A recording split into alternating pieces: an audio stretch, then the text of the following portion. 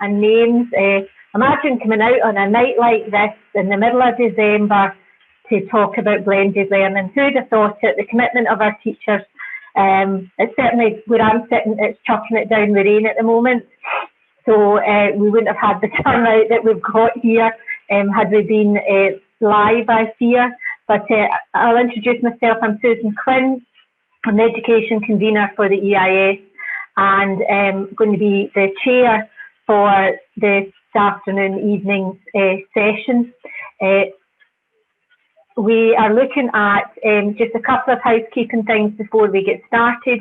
This event is being recorded. You have been issued with a letter that covers that gives you the information around that. But we remind you about all online etiquette, making sure that you keep yourself on mute unless it's your turn to speak, and that it's up to yourself whether or not you have your video on, but it is actually really nice for the presenters to see some faces when they are making the presentation. So it'd be good if some of you had your cameras on when they're speaking, because that way you'll be at the front and centre when it comes to this. So say thank you for coming along. We appreciate that this is a really busy time of year, although I'm not sure that there's any time in a teacher's year that isn't particularly busy, but really important at this point in time we start to consider and begin the discussions around blended learning. We had originally planned this for much earlier in the session, but then events overtook us, and we put it on hold based on the feedback from members and focused on other areas of work to support. But with the increasing numbers of infection rates, particularly across the Central Belt, we felt that it was a proper time now for us to get into these discussions with you and to look at how that goes. So if I take a wee minute or two to just run through with you the events of this evening. We will have presentations from Anne Keenan from the EIS and from Kirsty McFall from Education Scotland, both around blended learning and what we mean by this and its role in the recovery phase, as you can see there. We'll look at the advice that the EIS has issued to our members in relation to this area, and you can access that from the website, and I'm sure many of you already will have. And we'll then move into panel discussions, which will be split across the two sectors that are here tonight, for primary sector and for the secondary sector, to have more specific discussions and questions that around that. What we would ask you to do is, if you've got further questions that you want to be considered, to pop those into the chat function, and those will be picked up by EIS colleagues to feed into the panel discussions later on. And then we'll come back together for a final activity and a final piece just before we finish up this evening. The plan would be for this session to be 90 minutes. Those of you who have worked with me before know that I like to keep us on to time, and I was given 5 minutes to do the introductions. So I'm going to stop there and pass over to Anne Keenan, the National Officer for Education for the EIS. And Anne is going to speak to you just now about the background to and the key issues of the EIS guidance, and then look at the work that we're doing with Education Scotland. So I'll pass over to you, Anne. Thank you. Thanks very much, Susan. And I have to say, colleagues, I'm a wee bit nervous given that Susan's kept her time. I'm notoriously the one who goes over time, but I will do my best to try and keep on track. So again, I'd like to extend that welcome to you all for coming out on a dark December night, or for joining us to discuss blended learning. As Susan had mentioned, we originally started planning this course back in June this year. And every time I think of blended or remote learning, the quote from Shakespeare comes to mind: are we moving to blended or remote learning, or are we not? And I'm sure that many of you feel the same frustrations, particularly as students refer to those of us who are living in level 4 areas. We did feel that now was the time in responding to members' interests that we would start and develop this discussion around blended and remote learning and what it really means for you as practitioners. So in my part of the session, I'm going to look at what we mean by blended and remote learning and its role in the recovery curriculum. I'm going to give you an overview of the EIS advice on blended and remote learning, highlight some of the key do's and don'ts around online learning, and finally come to some practical advice about delivery.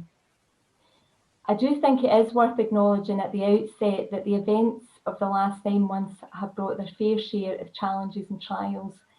And yet through all of this, what we've seen, the length and breadth of the country, is our teachers working tirelessly to support learners and strive to ensure that the most vulnerable and those from the most disadvantaged backgrounds remain engaged in education. But we also know from a recent survey that fewer than 1/3 of our members actually feel safe in schools, and that's despite mitigations being in place. We also know that for many, physical distancing in school is proving difficult, if not impossible, to consistently implement, and that despite provisions in the latest Scottish Government guidance indicating that moves to blended or remote learning can be considered, what we're seeing is schools remaining open to all pupils in areas subject to the most severe restrictions. The EIS has repeatedly said that schools remaining operational in the traditional sense cannot come at the expense of teacher and pupil health, safety and well-being. We've consistently argued that blended learning would allow more rigorous application of the 2-metre physical distancing rule, while remote learning in areas where the transmission cannot be safely managed should also be considered. So it's clear that both of these models have a role to play in helping to stem the increases in COVID community infection levels. And we believe, and we're still arguing, that the level 4 restrictions, for them to be as effective as possible, we have to consider short-term or part closure of schools as part of that process. So with this commitment in the Scottish Government guidance that both of these models are available as part of contingency planning, what do we actually mean by blended learning? I think from speaking to people across the country, one of the difficulties when we're talking about blended learning is that people have the tendency to equate it to online learning, or they think back to March when we were forced into that situation of trying to support learning in the home, and we were using digital means. But yet, when we're talking about blended learning, it's not that provision. The blended model envisages a combination of high quality face-to-face teaching and learning in class and a range of learning experiences out with the school setting to consolidate, extend and enhance learning. There was a study that was undertaken back in 2016 before all this happened, and it identified 8 different models of blended learning.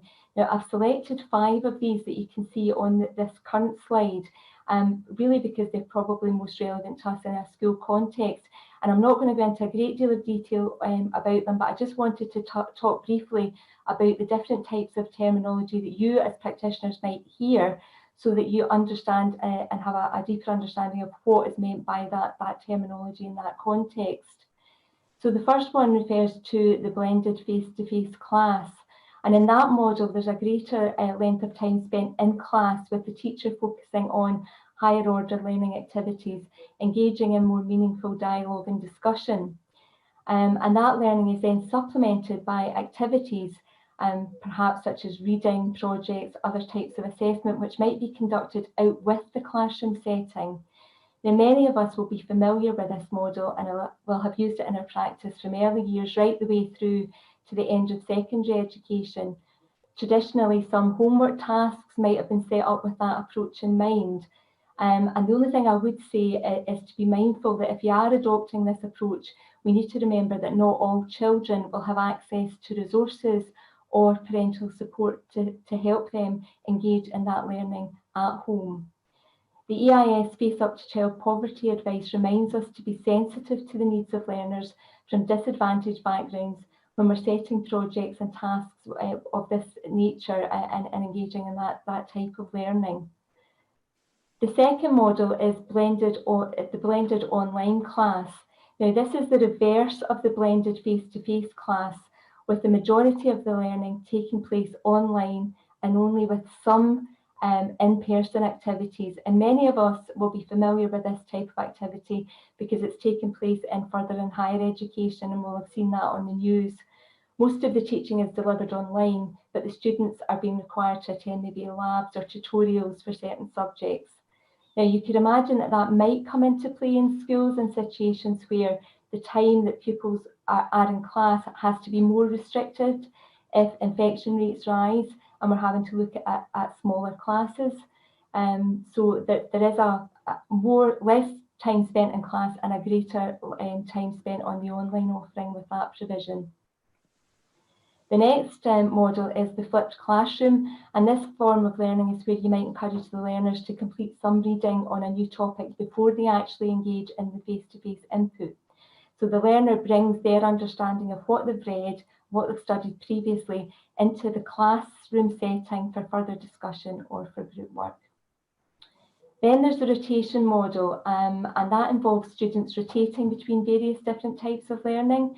When I was preparing for this session, I was reflecting on the times that I had actually used that in practice in my P1 classroom, where you maybe you were working with one area, one small group of children, whilst the other children were rotating around different work activities. Some might be involved in writing, some might be modelling, some may be doing some ICT work and the like. So that can be helpful for small bubbles of children. And then the last model I've referred to, I've really included just for secondary colleagues, because this model, the self-blend model, is most traditionally associated with delivery in the college sector and involves learners completing online courses in addition to some face-to-face learning. So for pupils in the secondary context who are taking advantage of school-college partnerships, that form of delivery may be mentioned. So when we're talking about blended learning, we can see that there's lots of different models, but the key components of all of them is that you've got some time spent in class with face-to-face teaching, while the remainder is done remotely and involves independent learning. And it's not difficult to see the benefit of this model in the current context. It would dramatically reduce class sizes in schools on a given day, with the benefit of ensuring that physical distancing could be more effectively applied. And certainly feedback from members has suggested that the majority of us would like to see consideration of this model of delivery or a move to remote learning in areas which are subject to level 4 restrictions. So what do we mean by remote learning? Well, I suppose it is what it says on the tin. It covers the situations where a teacher and learner are separated and therefore can't be in the traditional classroom setting. This can include online learning, but it's important to acknowledge that remote learning is much wider than solely online provision and can include independent or active learning opportunities such as project or research work. So what do you need to know if one of these contingency models of education is adopted in your school? Well, to help, we've produced bespoke advice, which you can see on the right-hand side of your panel there. That's been developed to help members, EIS school reps and LA secretaries when consideration is being given at a local level to the move to one of these types of learning. The advice is available on the website and the links will be sent to you as part of this webinar. I just want to say one thing before we consider the advice in a wee bit more detail, and I do think it is worth emphasising that we are really clear that learning and teaching occur most effectively when teachers and pupils are working together in the classroom setting. Blended and remote learning are contingency models of education. They're not a substitute for the full-time face-to-face learning and teaching that we normally see. But we have to recognise that we are in these exceptional times, and this advice has been produced against that backdrop and for the sole purpose of responding to the challenges of learning and teaching in the COVID context. So the advice that we have drafted has been framed around some overarching or guiding principles, and I've tried to highlight them and summarise them here on this slide. And I've really taken them aside because I want you to hold on to these principles when we're talking about the practicalities of implementation. So the first point is that all arrangements and protocols for the delivery of blended and remote learning should be agreed at LNCT. And that really follows the collegiate approach, which we would see as an intrinsic part of the Empowered Schools agenda. So if you're not sure what arrangements have been agreed locally, then ask your school rep and try and find out a bit more about that. Secondly, the SNCT and LNCT conditions of service will continue to apply. So if you're teaching remotely or with a blended approach, that teaching must be capable of being delivered in the 35-hour working week and within the working time agreement of your school. The next point on the slide highlights that in adopting these models, that's not an excuse to review job descriptions or change existing statements of particulars. So your job isn't changing. And indeed, there is no explicit statement in teachers' contracts in relation to delivering teaching online. And unlike the UK government, the Scottish government has not used legal powers to instruct remote or online teaching. So the EIS believes that the delivery of these lessons should be voluntary and should be underpinned by principles of collegiality. If a teacher is being asked to deliver online learning, then that time will form part of class contact hours. And you shouldn't be teaching more pupils than you would do normally in the classroom context. And then finally, the last point on the slide, and it may be an obvious one, but we felt it was an important one to state, is that classes can only be supervised by GTCS registered teachers. So support staff or other colleagues shouldn't be supervising classes in school when teaching is being delivered remotely. So having looked at those overarching principles, we now turn to think about the range of different circumstances in which the move to remote or blended learning could be considered. And the first one that I've highlighted here is where pupils are self-isolating or shielding. Now, we know from statistics that there are an increasing number of children and young people who are required to self-isolate, and some may have had to self-isolate on a number of occasions. This slide shows the figures for the COVID-related pupil absences that were recorded on the 17th of November. You can see that the numbers were approaching 31,000, and that was an increase of 1,338 from the previous week. And for some of these children and young people, this may have been their second or their third period of isolation. So in these circumstances, it is essential that education for the children and young people continues, and that consideration is given to what their needs will be and how we deliver that. And it goes without saying that GIRFEC will continue to apply and govern those considerations. I think it is really important to stress that while screen-based online learning might form part of the provision for those pupils who are self-isolating or shielding, it shouldn't be the only pedagogical approach that we're considering, and that we should be looking at a range of active and independent learning approaches that may be appropriate for the individual pupil in these circumstances. But underpinning all of the arrangements for pupils in these circumstances is the principle of equity of access. We need to ensure that the needs of learners from our most disadvantaged backgrounds are actually being met and learn from the lessons that we've had from lockdown. So what does that all mean for you? Against this background of rising need out with school, I'm sure that some of you will be naturally worried about being asked to deliver teaching to the class that you still have in front of you, as well as trying to meet the needs of those learners who can't be physically present in the class with you. And I just want to assure you that the EIS is clear that where a teacher is providing online teaching, backfill for that part of the post which is required for online delivery should be given. And that takes us back to remember those guiding principles. Teaching in these circumstances should be voluntary, it should be capable of being delivered within the 35-hour working week, and it shouldn't exceed class contact agreements. So we also state in the guidance explicitly that teachers who are fully class committed shouldn't be teaching in class for the duration of their class contact commitment and then being asked separately to deliver live stream or recorded lessons to pupils elsewhere. Furthermore, live streaming and recording of in-class lessons is not acceptable either from a pedagogical perspective or in terms of the conditions of service. Now, we've had a few inquiries about this recently, and the proposition seems to be that if you're teaching your class and the member of the class who's self-isolating can join remotely in some form. And our position is that that should be resisted. You can't fully give your attention to the children and the young people that you're supervising and teaching who are in front of you in your class, and also be engaging with the child or young person who is online. I'm sure all of us who have been on Zoom, WebEx and Teams calls, we all know how draining it is to engage meaningfully with the person at the other end of the call.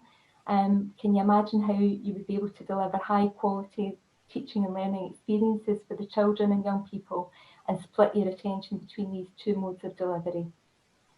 There are some exceptions to this general principle, but these exceptions are limited to supporting student teachers, and they've been agreed with very specific parameters and protocols in place.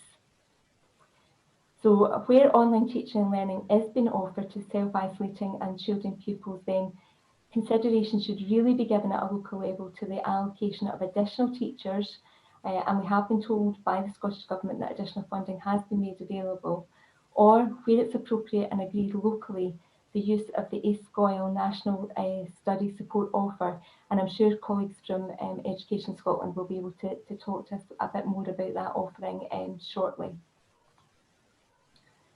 So the slides so far have dealt with a situation in which pupils may be self-isolating, but what about those of us who find ourselves working at home for a variety of circumstances? You might be required to self-isolate yourself, you might be shielding or have specific vulnerabilities, such that going into school couldn't be safely managed, and working from home has been identified as an appropriate risk mitigation measure. Or alternatively, your whole school may have moved to a blended or remote learning platform as a result of local infection rates. On the 17th of November, there were 2,645 members of staff absent from school across Scotland as a result of COVID-19 related reasons. And in all of these situations, teachers may have been asked to deliver online lessons, either pre-recorded or on a live basis. But again, we need to be mindful of the guiding principles that continue to apply that I referred to a wee while ago. The arrangements and the protocols around the delivery should have been agreed at LNCT. So if you're not sure what arrangements have been put in place, contact your school rep or your local association secretary to clarify what has been agreed. We recommend that LNCT agreements ensure that all relevant circumstances are considered when determining if the delivery of online teaching is necessary and possible. Again, collegiality should be the basis of any agreement made, with the agreements reflecting the individual circumstances of the teachers involved. We've argued that appropriate mitigation measures for some of our members is the provision of home working arrangements. So for some of them, some people may be able to work from home and deal with specific tasks, but the determination might still be made that delivery of online or pre-recorded lessons would be a significant challenge and wouldn't be appropriate in those circumstances. So all of those circumstances have to be taken into account when those moves are being made to that mode of delivery. And don't forget that teacher professional judgment should also come into these discussions. So there may be a situation in which a teacher is self-isolating and is being backfilled in the classroom context. So there would be no need for that teacher to be providing online learning remotely. However, you also should bear in mind that the teacher who is self-isolating and who is responsible, is the classroom teacher, will want to engage in collegiate discussions with the cover teacher if there's a particular aspect of learning that they feel it would be more appropriate for them to cover. So that would be something that would have to be taken into account when we were moving forward, and it's all underpinned by the basis of collegiality. Ultimately, if you've got any concerns about what you are being asked to do, then contact your school rep or your local association secretary for further advice. I just want to take a few minutes to give a quick reminder of the do's and don'ts of online teaching. I'm sure many of you will be familiar with them. We have developed a poster that can be accessed online just as an easy reminder, given that everyone maybe want a ready reckoner for these approaches. So essentially, in looking at this, we have to think about, before you engage in online learning, some of the things you need to consider is what is the local LNCT policies, protocols and guidance you don't know what it is, find out and follow that protocol. Only communicate through official channels. Where you are interacting with parents online, make sure that that's in line with agreed policies and follow our social media guidance and the GTCS guidance for engaging online. Always protect your personal privacy and safeguard your professionalism, and remember that nothing that is shared online is private. In terms of the don'ts, don't share your personal phone numbers, addresses or social media IDs with parents or pupils. Don't engage in any phone calls or videos calls with parents unless that's actually been agreed with the school in line with the LNCT agreements and with the knowledge and or participation of your line manager. And don't be compelled to use your personal phones or devices for work purposes. Local authorities should be responsible for the provision of all the hardware and software in relation to any recording or live streaming of lessons from home, and that includes ensuring that there is the digital infrastructure that will support the smooth delivery of online teaching and learning. So as far as possible, make sure that that is in place, have those discussions with your management teams, and the digital technology which has been used should be familiar to you and to your pupils if you're going to get the most out of these learning opportunities.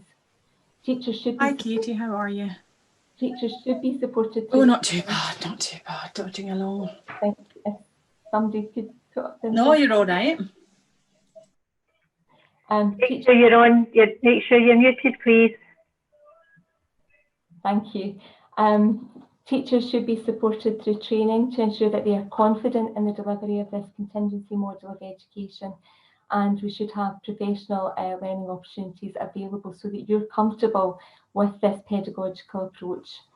And all these arrangements should be underpinned by the principle of equity. We need to ensure that those who are impacted by poverty are supported and have the equipment and necessary resources to engage meaningfully in learning.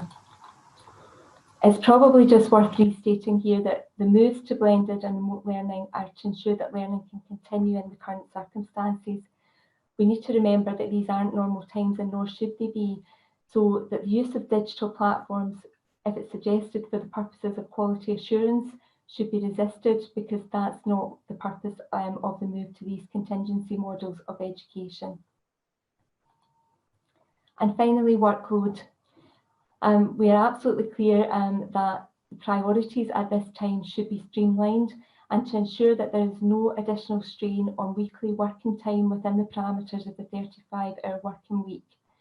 The recovery curriculum makes it clear that the priorities should be centred around the well-being of children and young people, but also of teachers, and those priorities need to be agreed on a collegiate basis.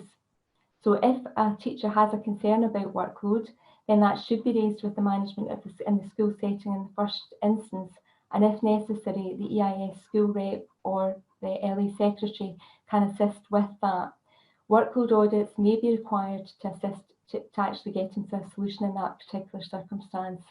This is something that has come up in some of the questions that we've received in advance from members, and we'll cover that probably in more detail in the panel session that we'll move into subsequently. And finally, just as I'm rounding up, I just want to say it's been an exceptionally difficult year, I think, for everybody. And as we move forward, whether that is in a blended approach, whether it's remote learning or whether it's learning in the traditional class context, just remember to be kind to yourselves. Everybody is doing an amazing job in really difficult circumstances, and I think it's just really important that sometimes we take time to reflect on that. I've put up on this slide one of my favourite quotes, and I really believe that it is that collegiality, that together that we can encourage each other to have the courage to let our voices be heard, and to continue to ensure that we allow our lights just to shine into the light of the children, young people, and colleagues that we come into contact with on a daily basis. So thank you so much for listening tonight, and I think I have gone over my time. Susan, sorry about that. A wee bit, Anne, just a wee bit, but a lot of important stuff there to be heard and will feed into the breakout sessions. So thank you for that. We're moving on to the next presentation from Kirsty McFall from Education Scotland. And whilst we're getting Kirsty's screen shared, we're going to be looking at and hearing some information around the practical supports that are available for blended learning, and this input will focus on an overview of the digitallearn.scot and the National Learning Offer. So thank you, Kirsty, for joining us this evening. Great, thank you. Thank you for having me along today as well. It's great to be here, and I think it falls on really well from Anne's presentation. Just to go through, and I thought rather than do a presentation, I'm going to show you show you exactly where you can find the support that we've been offering since the beginning of lockdown back on the 23rd of March, again a little bit before that as well. But kind of take you through that so that you can see all of that support that we have there. So digilearn.scot, we were really lucky. We'd actually just relaunched digilearn.scot a couple of weeks before lockdown, which actually gave us an opportunity to really use that platform to support during lockdown. And within here, we've got a number of areas that I think would be really useful to everybody here tonight. The first session, the first area that we looked at was our practitioner support, and in here you can see that we have support for all the different curriculum areas, as well as our more the kind of broader areas of STEM and early years, outdoor learning, etc. in there as well. And that was up from the 23rd of March. That support's been there from the 23rd of March. And in there, it's got some really nice, I'm not going to click on it just in case internet doesn't hold up.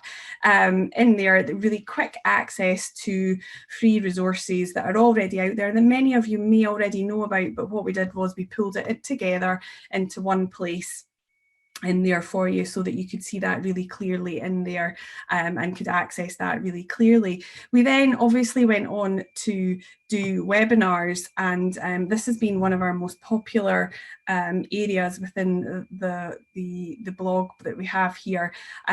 We delivered 40 webinars, live webinars during April, May and June. We've delivered between August and October, we delivered another 55. Some of those were national, some of those were at a regional level, and some were at a local level. But webinars are proven to be really popular. I think it really saves on people's time. And as Susan said at the beginning, I think certainly in the winter, you know, it's harder for people to come along to sessions for various reasons. So the webinars have, I think we will continue to take that approach moving forward as well, because it has been so popular. Almost 7,000 practitioners between April and October holidays, and I'm sure once we get our stats for this term that there will be a large number of practitioners that have engaged in those there as well. There's two parts to this. There's the live webinars, but there's also our recorded webinars, and we have a YouTube channel set up where you can access all of those webinars that we have available, all the ones that we've delivered, but one of the things that's really interesting, and we've really enjoyed the opportunity to speak to so many practitioners during that time and really ask what people were looking for. And now the webinars, although they started off very tool-based, and it was how to access Glow, for example, to start off with, have now developed into more pedagogical approaches. And what we've done there is create much shorter videos, and that you can find that area within our learning pathways section in here as well. So really comprehensive section in here where we do have, flick down here, we do have our tools based information in here, and you can access each one of these individually, and that gives you some more details and some really short videos on different parts of all of those tools. But then also we've moved on to the more pedagogical approaches for digital, which as a digital skills team, I lead my role as Senior Education Officer of Technologies, but digital learning and teaching has always been part of that, as well as a kind of extended role. And we've always found it quite difficult to get to that point where people were ready for digital pedagogy rather than the tool side of things. So this has been great to be able to actually move on to that. And most of our sessions now that that we deliver and that we're asked to deliver focus on things like blended learning, flipped learning, dual coding, and again here you can find lots of different information about those different areas and the tools that you can use to do that, engaging learners with active digital learning as well in there as well. So a really kind of resource that's always changing, always developing, and we're really listening to what people need and adding to that from what we hear from practitioners in there. Another section that I'll be honest, at the time I thought everybody would be a little bit more, I was going to say reserved, but that's not really the right word, that I didn't think people would be keen to share what they were doing during lockdown, but my goodness, I couldn't have been more wrong.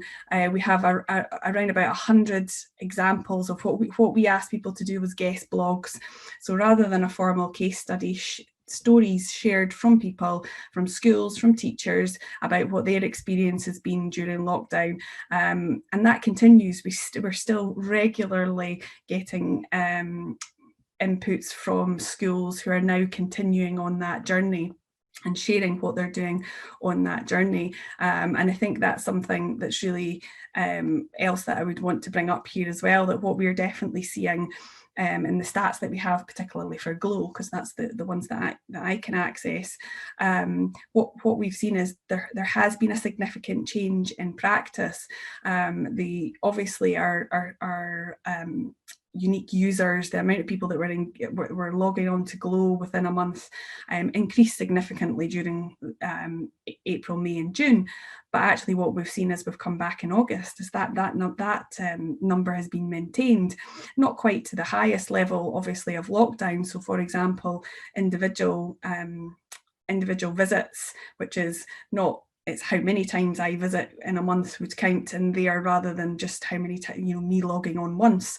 And during lockdown, I think the highest was about 11.5 million logins, and whereas actually we're still at round about or just below 8 million for September. So I think there's a significant change in practice there, whereas before pre-lockdown, and possibly I could have shared some of those graphs, but those charts, but they actually probably are on Glow Connect, that you can see those significant changes. We were really excited when we got to 3 million hits a month. So to be seeing such a big change in such a short space of time, it really does show that practice has changed, and that people are, seeing the advantages of using digital tools to kind of support what's happening in the classroom more generally as well. So I think definitely something to look at there as well. So I'm just going to hide this in there. So the other area that we wanted to share was, if I can, there we go, was our national e-learning offer. The national e-learning offer is and I think that diagram there, picture there probably says it all. So it's a joint group with Education Scotland, eSchool, ADES, the Regional Improvement Collaboratives and Scottish Government, all coming together to work on what other support was necessary from e-learning. And this has happened since August, so this wasn't a during kind of April, May, June. This is a from August section, and I thought it would be useful just to go through the different areas within here, so that people were aware of what other opportunities were out there at the moment. So the way this is grouped, and I'm just going to move that down, the way this is grouped together is, and probably 3 component parts of the national e-learning offer are live learning, learners interacting with teachers online; recorded, which is learners using pre-recorded learning sessions that are identified by their teacher or sourced by themselves, so they can access themselves; or supported, and that's learners using a variety of digital content identified by their teachers. So that's the kind of 3 areas, and that's things, I think that's what makes up this overall offer that we have as part of the national e-learning offer. If we go into the online interactive sessions, the area there that that is supports that is eSchool, and within there currently there's a number of offers in there, and if you as I say, I wanted to show you where you would find this information. So if you're on Education Scotland's National Improvement Hub, and there's a nice big tab at the top there that says National e-Learning Offer. You click on here, and on the eSchool, you click on those and you'll be able to see the study support offer that's there. That's not a during the day offer, that's in the evening offer for senior phase. And then they also have a BGE and primary offer that is a during the day offer in there, but you can see some of those options and how to engage with them and how local authorities are currently engaging with them. And it varies across the local authorities how that happens in there. The other area, if I just go back, if we go to the resources area, this is the section that we talked about. There's supported resources for senior phase. In there, there's also Scotland Learns, which you'll be familiar with. I'm sure from during lockdown that started, and that continues to, we continue to add to that the resources that are there for broad general education. And then as you saw on the digilearn.scot site, the curriculum support, and that takes you to the same place, to the wakelets that are there, signposting you to things that you may already know about, or and some new things as well, hopefully in there as well. And the last section ties up nicely. That's the professional learning. It's the support for you. Ties you back into the digilearn.scot and the learning pathways that are in there to support practitioners and schools in being able to know how to deliver digital learning and teaching on there. Digilearn.scot was there before lockdown, and it'll be there once we come out of the other side of where we are currently. And that in digital learning and teaching, the National Digital Learning and Teaching Strategy was published in 2016. So that still is there as a strategy that is coming to the I suppose end of its 3 to 5 year cycle, and probably perfect timing now that things have moved on quite significantly, that as part of the overall digital strategy for Scottish Government, that I know that this is going to be, the education side is going to be looked at again, and they are moving forward. So I think for me that this area and the digilearn.scot is actually only ever going to grow from now on, but we do want to hear from you. What support you need, what's the areas that you need support in, but also sharing your practice. What are you doing, what's working, and what's really helping in there as well. So hopefully that was a whistle-stop tour of what's on offer. I think Jenny is very kindly putting into the chat the links to digilearn.scot and to the hub, just so that you can have those direct links. And yeah, happy to take some questions once we're in the panel. Jenny Mackay is joining the primary panel from our side, and I'll be in the secondary panel. So I'm there if there's any questions about what support's on offer there. Thank you very much. Thanks very much, Kirsty. That's really helpful. And as you said, if folk grab these links that are in the chat function for themselves, it's there. We're now going to move into the two panel sessions. We're going to just explain the structures around that, and then let you head off. We are running 5-10 minutes late, so we will hold on to this. You're going to go into two sessions. You will receive an invite to join a breakout room. There are 11 of you, which is not bad going, considering we have 100 and so people who are on the webinar this evening who haven't been able to be allocated to their breakout room. Can you, if you don't receive an invite, can you please send a chat message to EIS Union to say whether you need to go into the primary or the secondary site, so that they can get you allocated to that. We're going to take, we were due to have 25 minutes, so I would suggest we have a 20-minute breakout session, so that we're back and still have time to do the other activities, we'll tailor those a wee bit tighter as well. But if we come back to here at 25 to 6, we'll head off into our rooms. You hit join and that will take you into your breakout room. If you don't have an invite, drop a wee email message to EIS Union to say which of the groups you want to join, and we'll see you back here in about 20 minutes or so. Thanks a lot.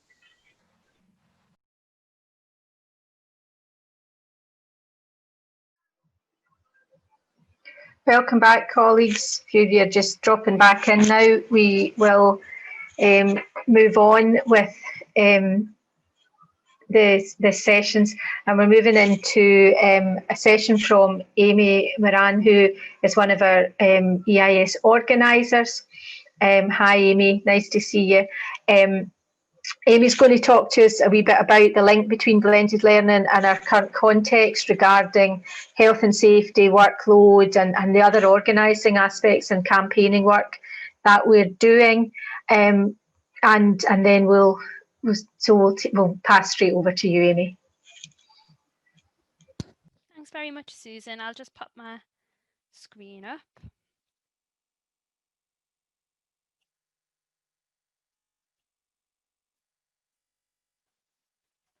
Okie doke.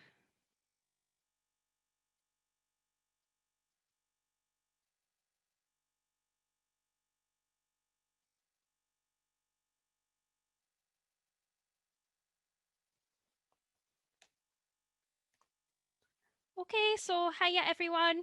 My name's Amy Moran. I am an organiser at the EIS, and it's my job to empower members and reps to win change collectively in the 7 local associations that I cover. I might be your organiser, I might not be. I'll include a list at the end of the organisers so you can find out who your organiser is, and they'll be more than happy to hear from you if you do have any issues or concerns. Okay, so speakers earlier in the webinar have outlined the do's and don'ts of blended and remote learning, but I want to take us back to the core of what's happening right now for you as teachers and what's really important, and that is your safety, your students' safety, and your family's safety. I'm going to talk to you a bit about some of the concerns raised in the National Members Survey that were conducted recently that you might have taken part in, and the concerns that we're hearing locally in the school meetings and the local association meetings.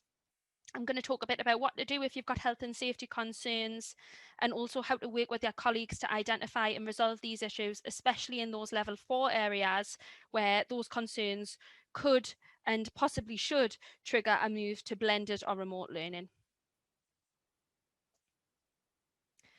Okay, so the recent survey, a few highlights. At level 4, a majority of teachers said that remote learning should be introduced on safety grounds. 45% supported a blended learning approach. So we know that there are schools in level 4, and we know that many teachers feel this should trigger a move to blended or remote learning for safety reasons. Now, the EIS has been more than clear that keeping schools operating as normal on a full-time basis in these circumstances is completely at odds with virus suppression. So just generally, whatever level you're in, your employer is legally obliged to provide you with a safe place of work. I want to emphasise that it's essential that you're consulted on any updated risk assessments and plans. If your level has changed recently, they will have been updated. The Scottish Government has been clear that trade unions should be consulted and involved in school-based discussions. A lot of policies are being negotiated locally with your local association secretary. And we've got lots of guidance on the EIS website to inform those negotiations and discussions. If the health and safety mitigations that have been put in place aren't sufficient or being adhered to in your school, then raise those concerns at the first opportunity. Things like enhanced hygiene measures, physical distancing, face coverings. We're going to talk in a bit about how you can start to think about how you raise that collectively as a branch. But if you're in a level 4 area, and you haven't moved to blended or remote learning, then I'd strongly recommend that you reflect on whether the health and safety mitigations that have been put in place are enough. And I'd urge you to consider working with your colleagues to push for blended or remote learning. Finally, the last 8 months have been really tough and really challenging for teachers from a professional and a personal perspective. And so it's really important that you look after your own well-being too. So issues like workload and stress are also highly relevant, and keep an eye on those issues, and they should be raised with your employer if that's becoming an issue. Okay, so it's absolutely essential that you're moving quickly and effectively as a branch to deal with issues, especially these health and safety issues. So how do you do that? Make sure you've organised regular branch meetings in your school. That's central to finding out what everyone's concerns are. It's really important that you have something regular in the diary. Every couple of weeks, find out what the members are thinking. When your reps meeting with head teachers or senior management in the school, they are representing the views of the branch. So make sure they are representing the views of the branch, and that if you are a rep, that you're well aware of what your members are thinking. And if you're a member, your rep's well aware of what you're thinking. If you're having regular meetings, then you know that all members are taking responsibility for helping to raise and resolve shared concerns. And if members are concerned about the health and safety, then branch meetings should be convened quickly and obviously be conducted online. Next, have a look at your risk assessment. I have to stress that they're live documents and they are there to be routinely updated as things change. The school rep should be fully consulted in the development and updating of the risk assessments. I've already mentioned that. That is according to Scottish Government, local authority and AIS advice, so make sure that you're involved. Familiarise yourself with your local authority's policies. Things like rules around pregnant teachers, should they be working from home at 28 weeks, parents' evenings, these are all agreed at your local authority level. I just wanted to highlight that because some people don't realise, but that's being negotiated locally on your behalf by your LA secretary. So get in touch if you're not sure, and if you've got issues with any of the things that have been agreed. So you're having regular branch meetings, you know what's in the risk assessment, you know what should be happening. Now it's time to identify what's not happening, what are the concerns. Some of what's been talked about tonight might be ringing a bit of a bell. If you don't know the issues that your colleagues are facing, get a short survey out to your colleagues in the workplace. It can be anonymous, arrange a meeting, feedback the results of the survey, just chat to people. If you're a rep and people are raising similar issues with you and feel really strongly, get them together for a chat online. It doesn't have to be all the members. Get them together for a chat online and work out how to move things along together and try and come up with solutions. Effective communication is needed so that all members can be listened to. Think about ways in which your branch members can quickly communicate or receive the latest advice. You know, things like WhatsApp groups have been absolutely fantastic in the past couple of months. Zoom calls, regular Zoom calls. The usual rules apply when sharing information on private social media and group chats. But really good to have those going so that you can keep in touch. Once you've identified your issues, raise them with your head teacher so that you've got a clear record of what's being raised. A response should be in writing, and any verbal communication should be followed up in writing. That sounds a bit, formal, but if you have a side conversation, if you have a quick meeting that isn't formal, make sure you just follow it up with an email and just say, by the way, after our quick chat, these are the things that I took away, I think were discussed and agreed. So just make sure that it's all in writing so that if you do need to escalate it further, that it's there and ready. We do know that head teachers are under a lot of pressure at the minute, and we've got a lot of members who are head teachers. This is about protecting your health and safety and your family's health and safety. So make sure that you are raising issues with them. They are acting on behalf of the local authority, and you're entitled to raise issues with them where they are. If concerns aren't being addressed, then you should seriously consider pursuing an individual or a collective grievance. If your employer had issues with your conduct, then they would express that through the disciplinary process. If you have issues with your employer, then that's what you've got your grievance process for. It's vital that you know what your local authority's grievance process is, and you can find that out on the SNCT website if you don't know, or speak to your LA secretary. And obviously, if you are raising these issues and yet they're getting nowhere and you're thinking about moving to an individual or collective grievance, then do speak to your LA secretary, who'll be able to support you and can also map the concerns across the local association and can raise them at LNCT level. Okay, so I mean, this is really about what you are happy to settle for in your workplace. This is about you. This is about your safety.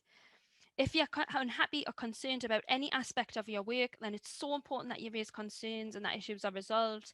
This just all comes down to you and your personal safety. Everyone deserves to be treated with dignity and respect at work. Everyone deserves to feel safe at work.